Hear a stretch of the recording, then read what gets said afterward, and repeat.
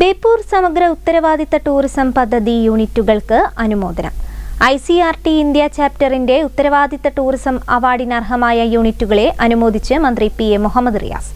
Employing and upskilling local community എന്ന വിഭാഗത്തിലാണ് ഈ വർഷത്തെ ഗോൾഡ് അവാർഡ് ലഭിച്ചത്.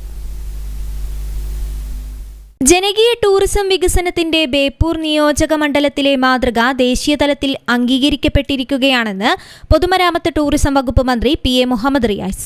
ICRT ഇന്ത്യ ചാപ്റ്ററിന്റെ ഉത്തരവാദിത്ത ടൂറിസം അവാർഡിന് അർഹമായ ബേപ്പൂർ സമഗ്ര ഉത്തരവാദിത്ത ടൂറിസം പദ്ധതി യൂണിറ്റുകൾക്കുള്ള അനുമോദന ചടങ്ങ് ഉദ്ഘാടനം ചെയ്ത് സംസാരിക്കുകയായിരുന്നു മന്ത്രി. ജനകീയ ടൂറിസം വികസനത്തിന്റെ ബേപ്പൂർ മാതൃക ഇപ്പോൾ ദേശീയ തലത്തിൽ അംഗീകരിക്കപ്പെട്ടിരിക്കുകയാണ്. ബേപ്പൂർ മാതൃക എന്ന് പറയുമ്പോൾ ബേപ്പൂർ നിയോജക മണ്ഡലത്തിന്റെ വിവിധ ഭാഗങ്ങളിലെ മാതൃക. ഈ കടലൊട്ടിയുള്ളവർക്ക് ഒരു വിഷമം ICRT ഇന്ത്യ ചാപ്റ്ററിന്റെ 2024 ഉത്തരവാദിത്ത ടൂറിസം അവാർഡുകൾ പ്രഖ്യാപിച്ചപ്പോൾ ഈ വർഷത്തെ ഗോൾഡ് അവാർഡ് അത് ബേപ്പൂരിന്റെ ഈ പദ്ധതിക്കാണ് ലഭിച്ചിട്ടുള്ളത്.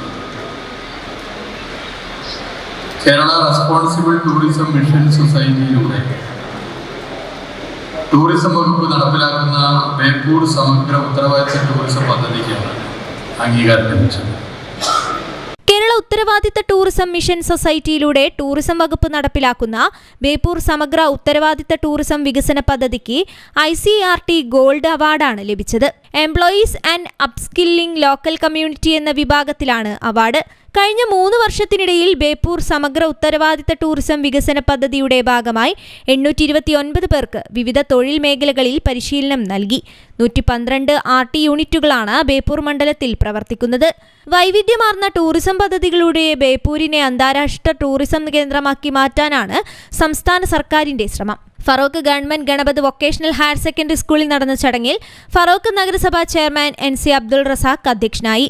ടൂറിസം വകുപ്പ് ഡയറക്ടർ ശിഖ സുരേന്ദ്രൻ, കേരള ഉത്തരവാദിത്ത tourism mission society CEO K Rupesh Kumar, Beypore മണ്ഡലം വികസന mission chairman Radha Gopi, tourism വകുപ്പ് ജോയിന്റ് ഡയറക്ടർ ഗിരീഷ് കുമാർ തുടങ്ങിയവർ സംസാരിച്ചു. News bureau, Kozhikode.